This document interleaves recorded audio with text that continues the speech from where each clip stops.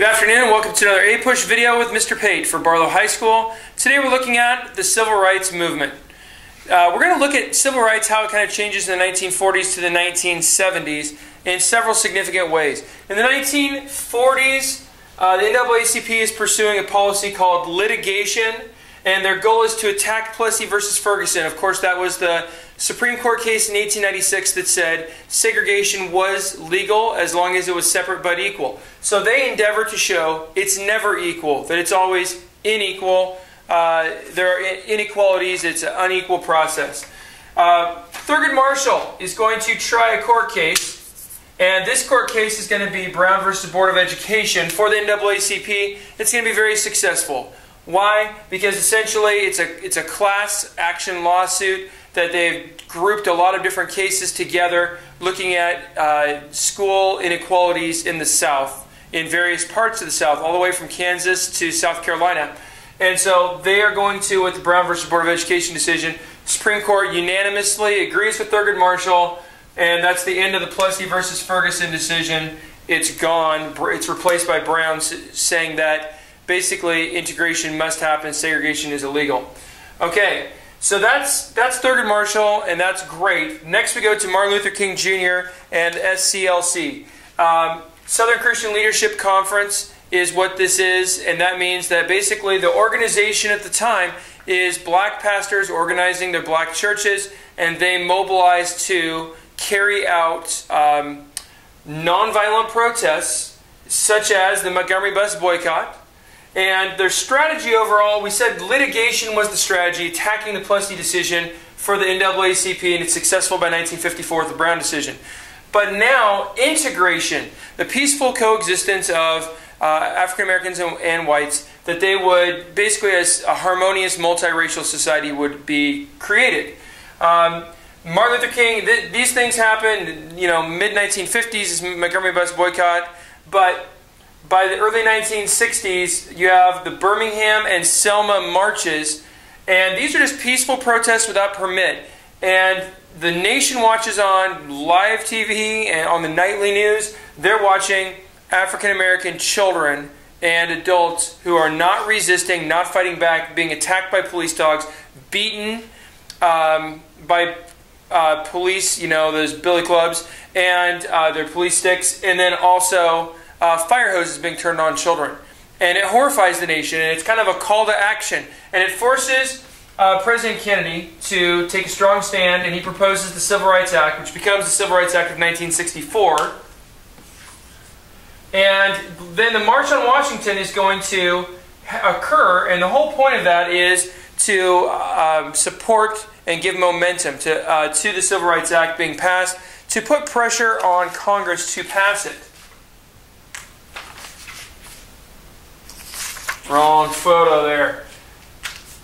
Alright, so that's Martin Luther King actually at the March on Washington. You probably can't see the Washington Monument and the reflective pool there in the background, but that's where it occurs by the Lincoln Memorial. So the March on Washington gives support to this, and of course, after Kennedy's death, Lyndon Johnson skillfully gets this through Congress, and the Civil Rights Act becomes law. Now, another thing's going on. You have the beginning of sit-ins. Sit-ins. This is a photo from the first sit-in. It is in Greensboro, North Carolina, and it's for college students. And they essentially, they start this movement of sit-ins, and it spreads like wildfire. But SCLC recognizes that the college students, they're kind of a different group, so they need to have their own organization. And so their strategy is also integration, but that's their overall focus. But their strategies of sit-ins and voter registration drives, like the Freedom Rides, their strategy, they need their own organization. So SCLC helps fund and get this off the ground, and they call it Student Nonviolent Coordinating Committee, or SNCC. SNCC, so it's kind of an offshoot, and essentially, basically they're going to, with the Greensboro sit-ins right here, with the Freedom Rides and subsequent actions, different sit-ins all over the place, they're going to be pretty successful in kind of different environments going in. And again, they're going to be putting massive pressure on national chains that operate in the South because it looks real ugly. Today you might think of like these department stores being a Walmart or Target or something like that. back then, Woolworths, where they started, and other national chains, this was a big issue and created a lot of pressure for them. Now, by this time, now we're looking at 1964, we get the Civil Rights Act, it's 1965, the Voting Rights Act, the 24th Amendment says no poll taxes. All of these things come in. The sit-ins have been pretty successful. You're seeing desegregation really starting to occur in full force throughout the South. And yet, you're going to have other factors that emerge that influence things. Vietnam. By 1964, the Gulf of Tonkin Resolution, you'll learn about another video coming up and another podcast. That is starting to draft tons of young men into the Army, and many of these are African American men. That's going to start leading to some backlash, of course. The riots.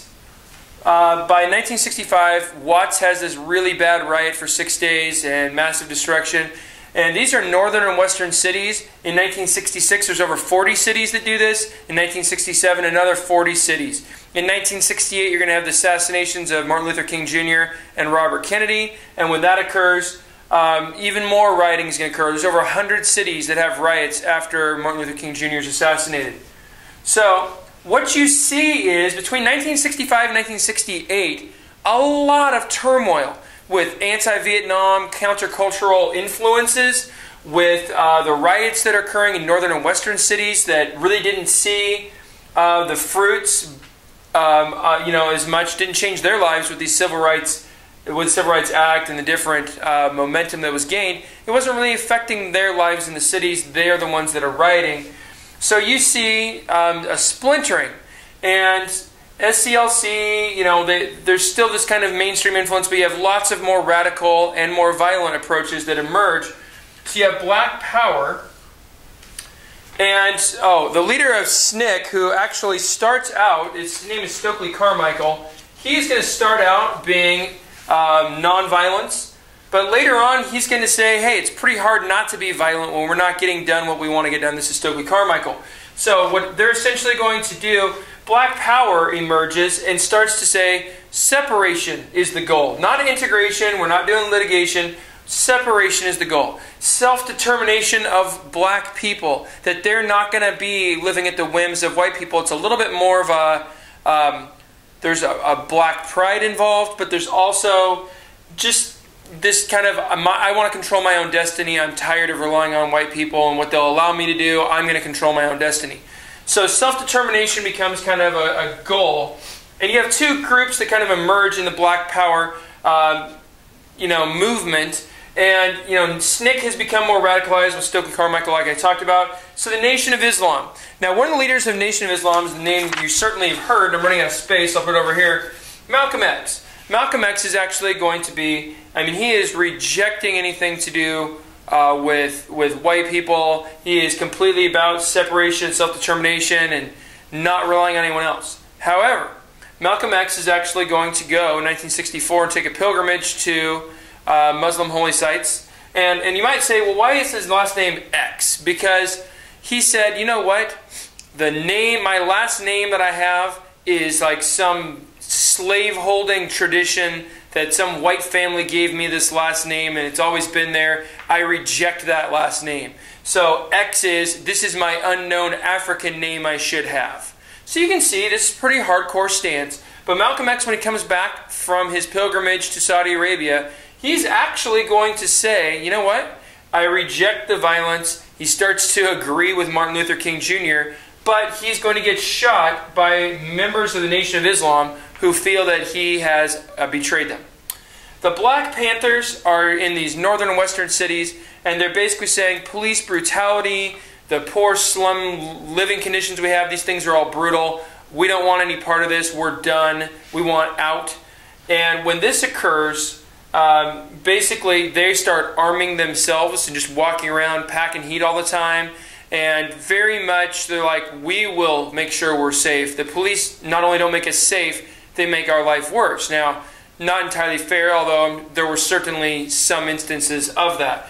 So the Black Panthers and Nation of Islam are taking kind of a stronger stand. And what you're seeing is, as more and more gets accomplished moving civil rights forward, more of a splintering of the reform movements. And you see this with the Progressive Era and you see this with Reconstruction, that as you start to get some things accomplished, some people feel good about the progress. Other people say, oh, we aren't getting enough progress, and they want to fight harder and more desperately.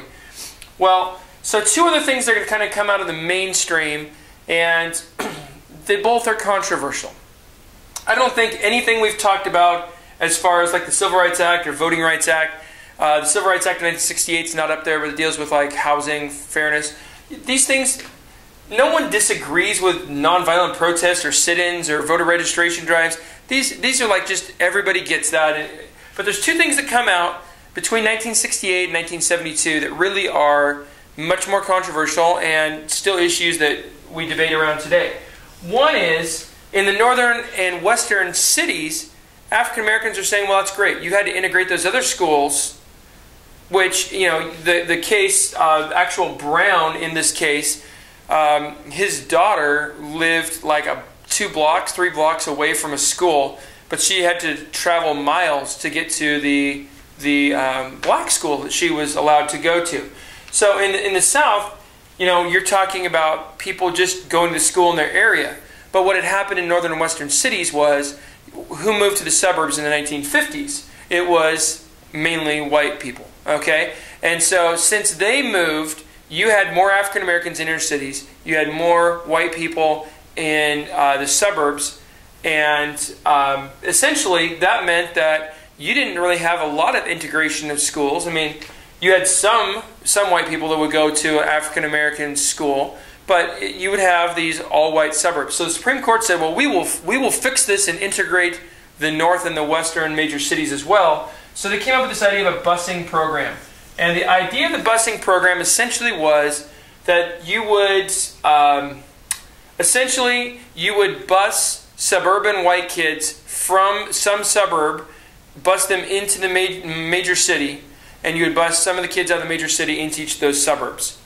And so, you know, like one case, my cousin was in Seattle at the time, and so students were being bused from like Mercer Island, which is a pretty expensive, nice upper class suburb across, I think, Lake Washington, or maybe it's just the Sound. It's essentially separated by a body of water from downtown Seattle. But they were busing kids from there clear into downtown Seattle, and downtown Seattle kids clear into there to kind of force this integration to occur. Now, you know, is there the good element, I suppose, would be you probably do get more racial integration that way. The bad element is if you're asking kids to ride a bus for 30 minutes to an hour and be in a totally foreign environment, I mean, the idea of the neighborhood school goes away. The South now had the neighborhood school, but the neighborhood school is being destroyed in the North. You're going to have, you know, oh, wow, you want to go to their sporting events, or, you know, they need to be picked up from school or anything, you're driving clear across a major city to do it instead of just going to school right in your neighborhood. So that was controversial, and it's largely died out. The other thing is affirmative action, which has not died out. Affirmative action is essentially this idea that you would hire a quota of minorities and women to ensure that they weren't being discriminated against. And this is for major employers. So, you know, if you have a small business that hires 2 people, that's not affirmative action. But like Ford, you know, car companies, Boeing with airplanes, any kind of a major business would have essentially these quotas to fill. And it also applied to major universities and colleges. So, you know, there are going to be court cases that come about, and you know, making sure this is going on. But, you know, the controversy comes in that if you sometimes have had, and there's a case called the Bakke case, about a student applying to medical school who had superior test scores to get in, but because he was white, he did not get in. So you end up with this back and forth of, well, what's fair? Ensuring that there's not discrimination, but then is it reverse discrimination? And a lot of people look at it today and say, well, you know, this is not needed anymore. Other people say, well, if you travel to certain parts of the country, there's still much more overt racism than in other places, so we better keep this in place. That's all the time we have for today. Stay classy, Sam Barlow.